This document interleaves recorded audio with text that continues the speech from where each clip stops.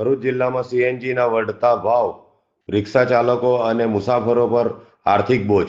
ભરૂચ જિલ્લામાં સીએનજી ગેસના સતત વધતા ભાવથી રિક્ષા ચાલકો અને સામાન્ય મુસાફરો મુશ્કેલીમાં મુકાયા છે. જય ભારત રિક્ષા એસોસિએશનના જિલ્લા પ્રમુખ આબિદ મિર્જાએ જણાવ્યું કે જિલ્લામાં આશરે 22,000 રિક્ષા ચાલકોના પરિવાર પર તેની સીધી અસર પડી રહી છે. ગેસના ભાવમાં વારંવાર થતા વધારાના કારણે રિક્ષાના હપ્તા ભરવા અને ઘર ખર્ચ ચલાવવો મુશ્કેલ બન્યો છે. મુસાફરોનું કહેવું છે કે મર્યાદિત આવકમાંથી મોટો હિસ્સો રોજિંદા આવાગમન પાછળ ખર્ચાઈ જાય છે. રિક્ષા ચાલકો અને મુસાફરોએ સરકારને સીએનજીના ભાવ ઘટાડીને સામાન્ય જનતાને રાહત આપવા. શું નામ છે ભાઈ? મહેન્દ્રભાઈ સુકાભાઈ વસાવા.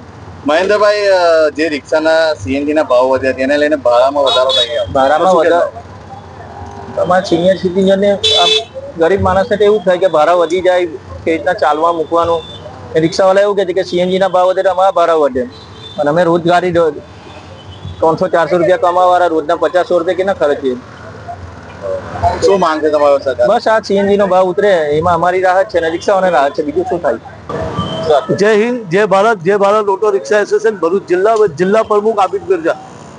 આજે જે સીએનજીના ભાવમાં જે રીતે ગુજરાત સરકાર વધારો કરી રહી છે, એક રિક્ષા ચાલકો સામાન્ય માણસ છે, જેને ઘર ગુજરાન સિર્ફ રિક્ષા ઉપર છે, જેને કોઈ નોકરી નથી ગુજરાતમાં.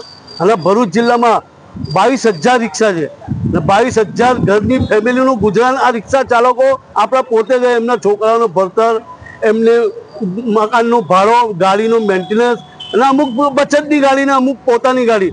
અમે ગુજરાત સરકારથી એ જ માંગ કરીએ છીએ કે જે 60-65 રૂપિયા ગેસનો ભાવ હતો એ જ કરીને આપીએ. અમારા રિક્ષા ચાલકો કોઈ ભાડો વધારવાની જરૂર નથી, જે કે આ સામાન્ય માણસ છે. અત્યારે અમે રિક્ષાનો ભાડો વધારીશું તો પેસેન્જર ભાડો આપવાનું નથી, એમને એ જ લોસ છે. અમે ગુજરાત સરકારથી માંગ કરીએ છીએ કે વહેલી તકે જે 65-60 રૂપિયા ગેસનો ભાવ હતો એ જ કરીને આપે, જેનાથી રિક્ષા ચાલકોને રાહત મળે. જય હિન્દ, જય ભારત.